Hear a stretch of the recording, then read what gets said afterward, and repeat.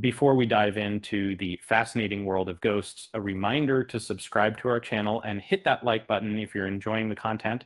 Now, let's get started.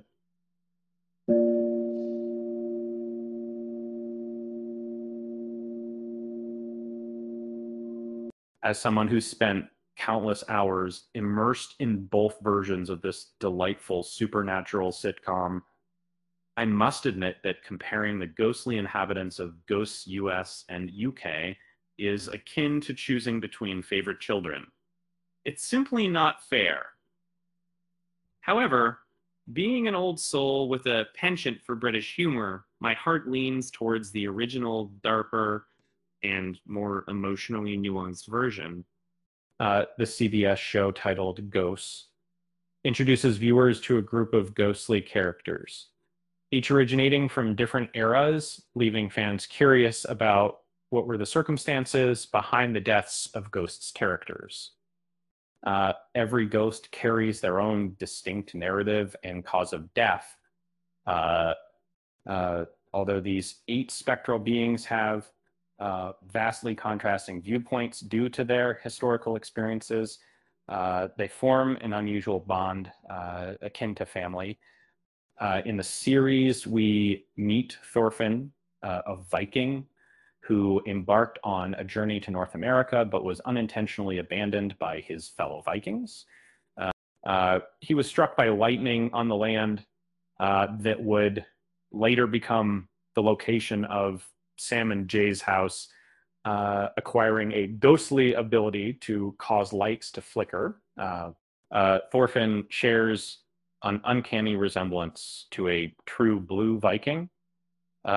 He's always eager to engage in lively debates about fishing and taming wild beasts.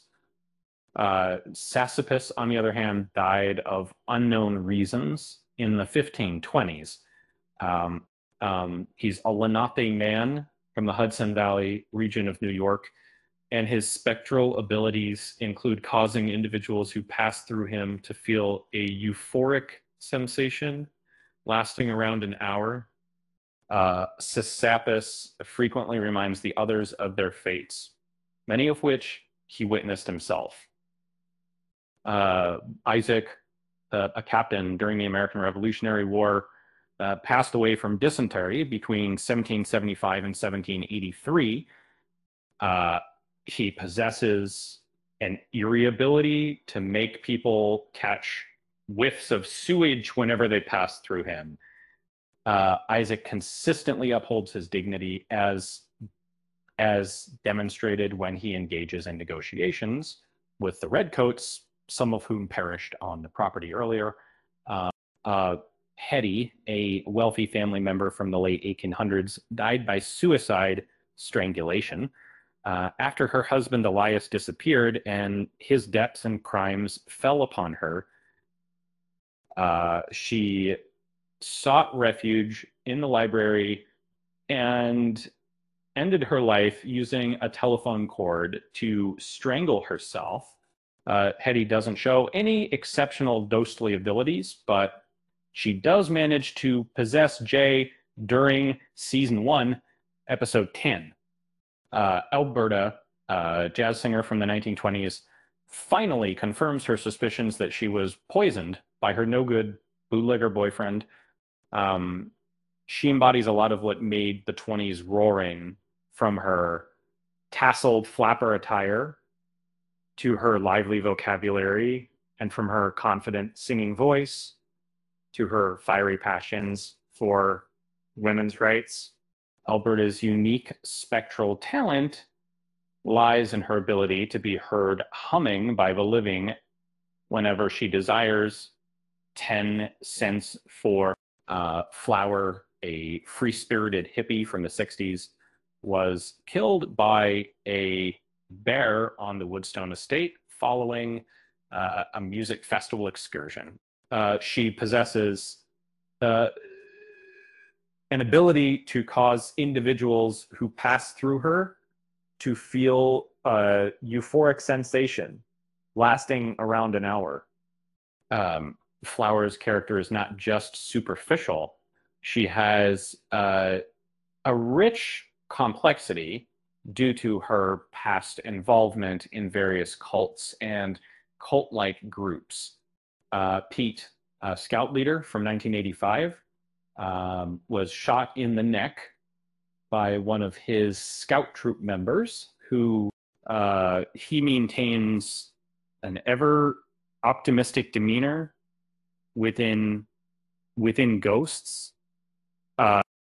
Pete doesn't have a special ghostly talent, but his knack for finding common ground and fostering camaraderie makes him an indispensable part of the ghostly family. Trevor, a self-indulgent party boy from the late 1990s, met his end when he and his associates chose to reside at the Woodstone Mansion. He carelessly combined alcohol with pills, leading to a fatal overdose that ultimately resulted in a heart attack. And Trevor possesses a extraordinary ability to manipulate solid matter, albeit with significant strain, and that the previous person is exactly how I can do that. And that magic isn't motor-sized. His downfall came when he made the grave mistake of sleeping with his designer's wife. The enraged designer locked him in his own vault, where he perished and became bound to the house for over a century. Crash, a spirit from the 1950s, was decapitated in an unknown event. He is dressed in a black leather jacket, white t-shirt, and blue jeans, hinting at his potential time of demise. It's unclear how Crash met his end, but given that he was beheaded, it's plausible he was involved in a car accident. Stephanie, the spirit from the 80s, was the epitome of an 80s mean girl. Her life tragically cut short on that fateful prom night. She fell victim to a ruthless slasher killer. Her